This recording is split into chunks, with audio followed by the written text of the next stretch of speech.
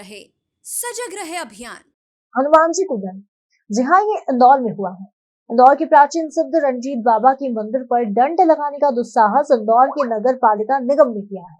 यह काम उस नगर निगम ने किया है जिसका एक इंजीनियर हनी ट्रैपित होकर उद्यानों को बर्बाद करके स्मार्ट सिटी बनाता है। उस नगर निगम के विकास काम बिना योजना, बिना दूरदर्शिता के सिर्फ अंधेर करती है। आपके सामने नाला ट्रैपिंग, पेयजल आपूर्ति, बेतरतीब निर्माण, सड़कों, तालाबों की हालत, सड़कों पर सहमति का अतिक्रमण जैसे कामों का उल्लेख करना ही काफी है। इसके लिए क्या नगर निगम को दंड नहीं देना चाहिए? नंबर 1 वाला स्वच्छता का बुलबुला भी एक दिन फटेगा। एसटीपी से निकले पानी ने काले कारनामों को सामने ला दिया है और अब प्रदूषण नियंत्रण मंडल और फैक्ट्रियों पर पूरा दोष मर दिया जाएगा। वह लोग भी कोई दूध के धुले तो नहीं है, उनकी ही मौसेरे भाई है।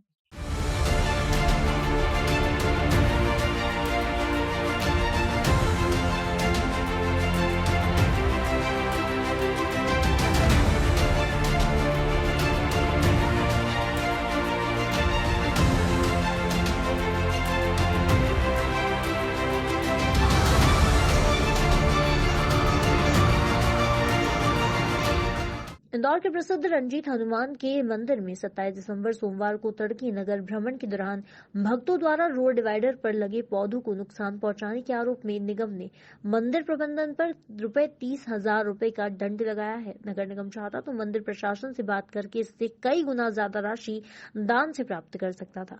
वैसे भी कहा, हिंदू धर्म स्थान सरकारों के दान पर चलते हैं। बाबा रंजीत के भक्त तो एक आवाज में लाखों रुपए अर्पण करने की श्रद्धा रखते हैं। यदि केवल भक्तों ने ही कोविड प्रोटोकॉल का उल्लंघन किया है या निगम की संपत्ति को नुकसान पहुंचाया है तो उसके लिए नगर निगम को प्रभात फेरी के पूर्व मंदिर प्रबंधन और भक्तों से बातचीत करनी चाहिए। सर, एक दिन पहले कल रंजीत हनुमान पर प्रभात फेरी निकाली गई थी, उसको लेकर नगर निगम द्वारा चालीन कार्रवाई की गई। किस नजरिए से देखते हैं? और जो बड़ी देखिए, भाजपा शासित सरकार के अंदर नगर निगम दोहरा चरित्र अपना रहा है। धार्मिक यात्राएं निकलती है तो उस पर जुर्माना लगा दिया जाता है। भारतीय जनता पार्टी के आयोजन होते हैं जब ये नगर निगम कहाँ सोया रहता है। इंदौर का नेहरू स्टेडियम जो खिलाड़ियों के लिए बना है उसको पूरा तरह से खोद दिया जाता है सरकार के आयोजन के लिए। उसमें मिट्टी को खोदकर मुरम और चूरी डाल दी जाती है। खिलाड़ियों के साथ दुर्व्यवहार किया जाता है। जब उसका विरोध करते हैं तब नगर निगम कहाँ जाता है? जब जुर्माना नहीं लगाता है। इंदौर में इतने बड़े आयोजन होते हैं भाजपा के, जब जुर्माना नहीं लगाया जाता है। सिर्फ कांग्रेस के आयोजन और धार्मिक कार्यक्रमों में ही नगर निगम को याद आती है जुर्माने लगाने की। यह दोहरा चरित्र नगर निगम का, और नगर निगम ऐसा लग रहा है कि भारतीय जनता पार्टी के एजेंट के रूप में काम कर रहा है और दुर्भावनावश काम कर रहा है। कांग्रेस इसका विरोध करती है और ये जो जुर्माना है ये कांग्रेस स्वयं भरेगी। और भारतीय जनता पार्टी की सरकार से कहती है कि धार्मिक भावनाओं को आप कुचलने का काम करें। आप नियम धार्मिक स्थलों के लिए तो आपने बना दिया, नाइट कर्फ्यू लगा दिया, मास्क, शारीरिक दूरी की बात करते हैं। आपके आयोजनों में रोज मजाक उड़ रहा है और बाकी कांग्रेस का आयोजन हो, विपक्ष का आयोजन हो, आम जन का आयोजन हो तो आप नियम की बात करते हैं, जुर्माने की बात करते हैं। ये आपका दोहरा चरित्र है जो जनता देख रही है। रंजीत हनुमान बाबा मंदिर जो कि पूरे इंदौर के आस्था के केंद्र हैं, उनकी कल प्रातः सुबह प्रभात फेरी निकली। इसमें लगभग हजारों की संख्या में उनके अनुयायी उपस्थित हुए थे।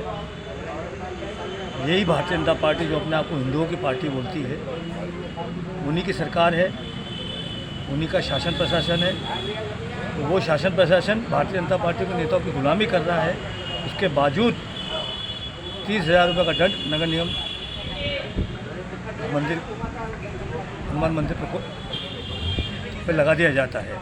आप देखें, पूर्व में भी जब गणेश जी की मूर्ति का विसर्जन का समय था, जब उन्होंने कैसे तालाब में और कैसे नालों में, गंदे तालाब नालों में उन्होंने मूर्तियाँ फेंकी थी। ये दोहरा चरित्र भारतीय जनता पार्टी का आपके सामने दिख रहा है। बड़े शर्म की बात है, बड़े दुख के साथ कहना पड़ा कि इंदौर की जो आस्था धर्म के प्रति है उसका उन्होंने अपमान किया है।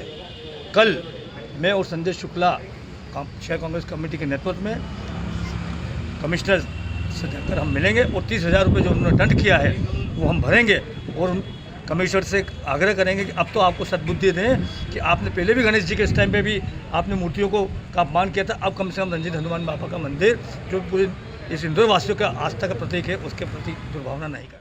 भगवान रंजीत हनुमान मंदिर, खजराना गणेश मंदिर और विजयासन माता मंदिर, ये 3 मंदिर सरकारी नियंत्रण में है।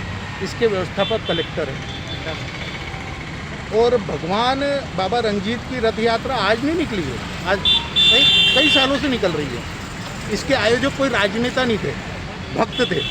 तो भक्त ने स्वमेव अगर कोई यात्रा निकाली और उस यात्रा में अगर पेड़ पौधों को कोई नुकसान हो गया, उस पर आपने बाबा रंजीत के दरबार में व्यवस्थापकों को नोटिस दे दिया।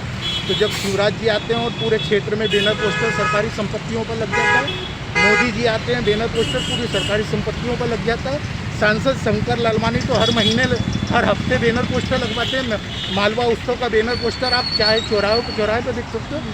सरकारी संपत्ति विरूपण अधिनियम के तहत कार्रवाई क्यों नहीं की जाती है? हमारी आस्थाओं पर प्रहार है क्या? बाबा रंजीत की रथ यात्रा किसी रमेश मेंदोला जी ने निकाल ली तो आप भागवत कथा पे कोई पेनल्टी नहीं, सड़क गंदी हुई कोई दंड नहीं, शिव पुराण हुआ कोई दंड नहीं, लेकिन ये भक्तों के द्वारा निकाली गई यात्रा थी। अगर इसमें रमेश मेंदोला का फोटो लग जाता, कैलाश विजयवर्गीय जी का फोटो लग जाता, शिवराज बाबा का फोटो लग जाता, मोदी बाबा का फोटो लग जाता, तो अर्थदंड नहीं होता। सवाल ये है, भक्तों की यात्रा थी, भक्तों के द्वारा निकाली गई थी, आस्था के माध्यम से निकाली गई थी। आस्था राजनेताओं से छोटी हो गई, शिवराज बड़े हो गए, बाबा रंजीत जी छोटे हो गए, मोदी जी बड़े हो गए, शंकर जी छोटे हो गए। सवाल यह है, इनके चेहरे पे पड़ा हुआ नकाब इस माध्यम से उतर गया।